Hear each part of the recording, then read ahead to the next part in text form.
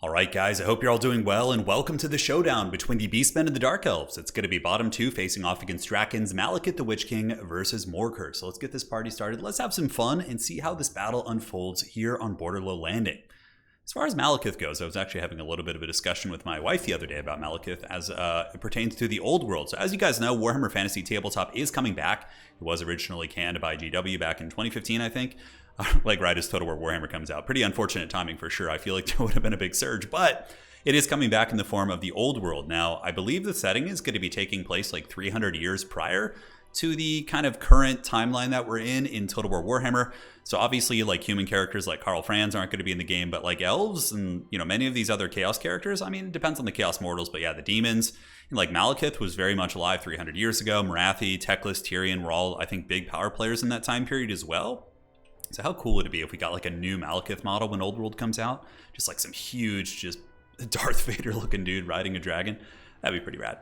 Anyways, guys, I digress. Talking about the Beastmen build, very interesting. Goreherds into the sunset. So Goreherds are a pretty like fighty unit for sure. I mean, they have really good stats. You can see they have 41 melee attack, a charge bonus of almost 30, being an infantry unit that's pretty good, and high weapon strength as well. So I mean, normally Dark Elves trade very well with their chaff infantry, but like Beastmen mid-tier and or chaff infantry, Gores are kind of in the chaff territory.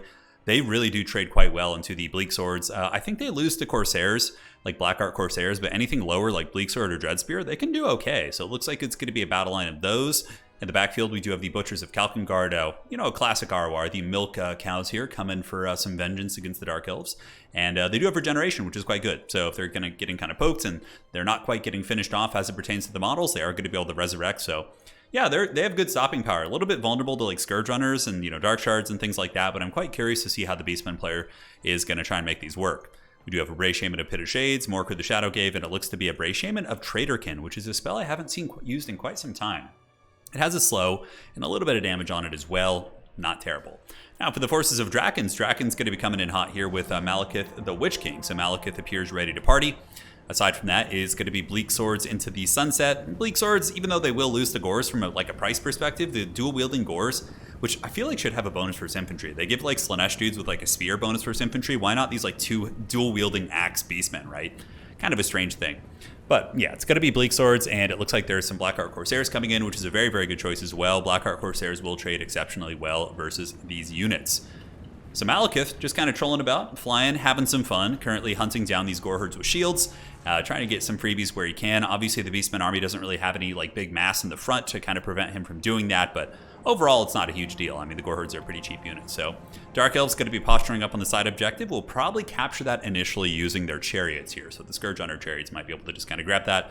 And the Beastmen are going to be grabbing their side point with the Blackhorn's Ravagers, having them chill out there. It's pretty aggressive to kind of go through and try and push that. Maybe it's like some like Soul Stealer or the Slanesh's Harvesters could go over there and do that. But aside from that, there's not too many great Vanguard options for like pushing off a unit like these Blackhorn's Ravagers.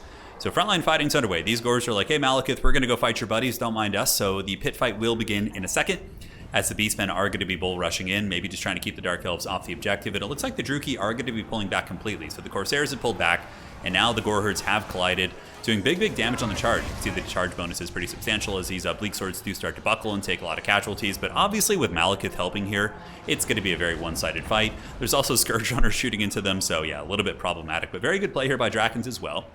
He does start to focus fire the high priority targets, and target priority is always a very important thing in any RTS or even a shooter game, really. But the Butchers of Kalkengard haven't lost any models yet, so as long as they don't start losing models in rapid succession, they should be able to regenerate. But it looks like they're getting pounded pretty good, which is a very nice lead there for Drakons, as Malekith does get an okay Gaze of Malice. Not like the end of the world Gaze of Malice, but really not terrible either. And you can see Bleak Swords do lose the fight, but honestly, for a unit that costs probably, what, like 150 less, I think? Something like that. They trade pretty okay in that situation. Butchers of Kalkengard going to be going in after Malekith the Witch King, and the Beastmen do have the double cap right now. Looks like there's going to be a fat Soul Stealer going down from the Witch King, so he channels some dark magic, and it will be hitting the Butchers. Also hits Morkur. Morkur, I think, has a fair amount of spell resist, so he probably won't take much damage from that, but really not terrible. It does hit the Butchers, keeps Malekith topped off, and it's doing its thing. Now, the Beastmen are coming in for a heavy response. Ooh, big charge there as those Tuskor Chariots get in there and just absolutely dunk on those Dark Elf infantry. Also get some really good damage against the Corsairs on the way through. And as far as value trading goes, it looks like the Beastmen are kind of closing the gap a little bit. The Butchers of Kalkengard certainly need to be continuously focused by the Scourge Runner Chariots. You don't want to let those guys kind of survive and get back and get their healing, because they have a lot of space before their healing cap, and they still have 14 of 16 models, so they could get back in shape, that is for sure. So the Gore Herds here pushing through, the Corsairs with their armor and bonus force infantry, of course, trading very, very nicely, but not going to enjoy getting pounded by some of these units. Oh, that's going to be a big pit of shades right there.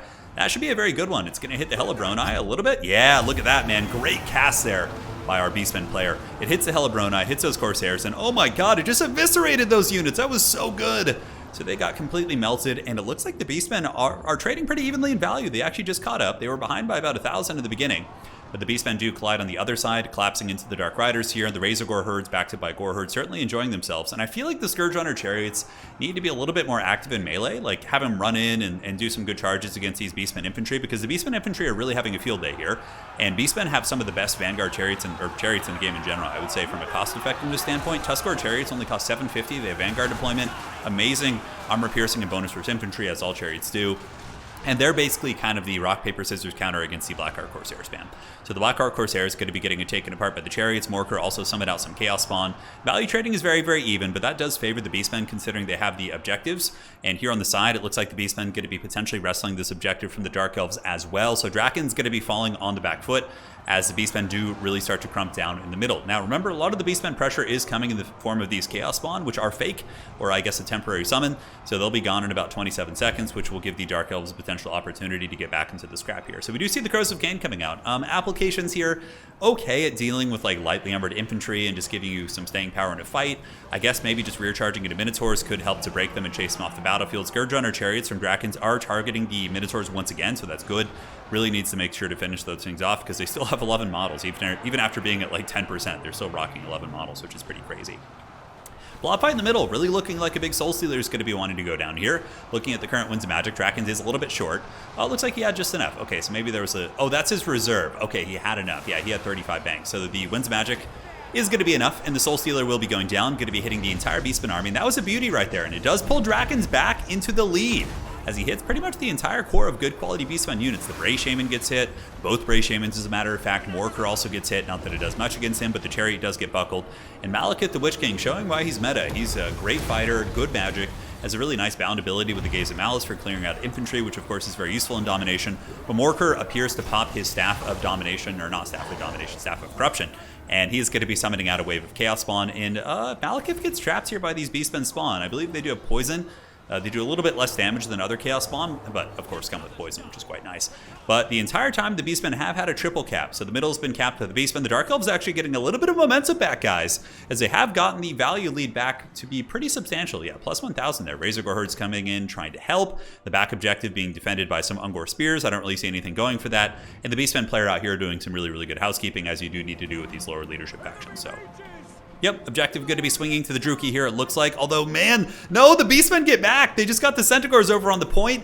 It looks like they're able to get their SCMs back on the point as well. And Malekith is kind of getting his butt kicked now. So the value lead that we did see for the Dark Elves has dissipated.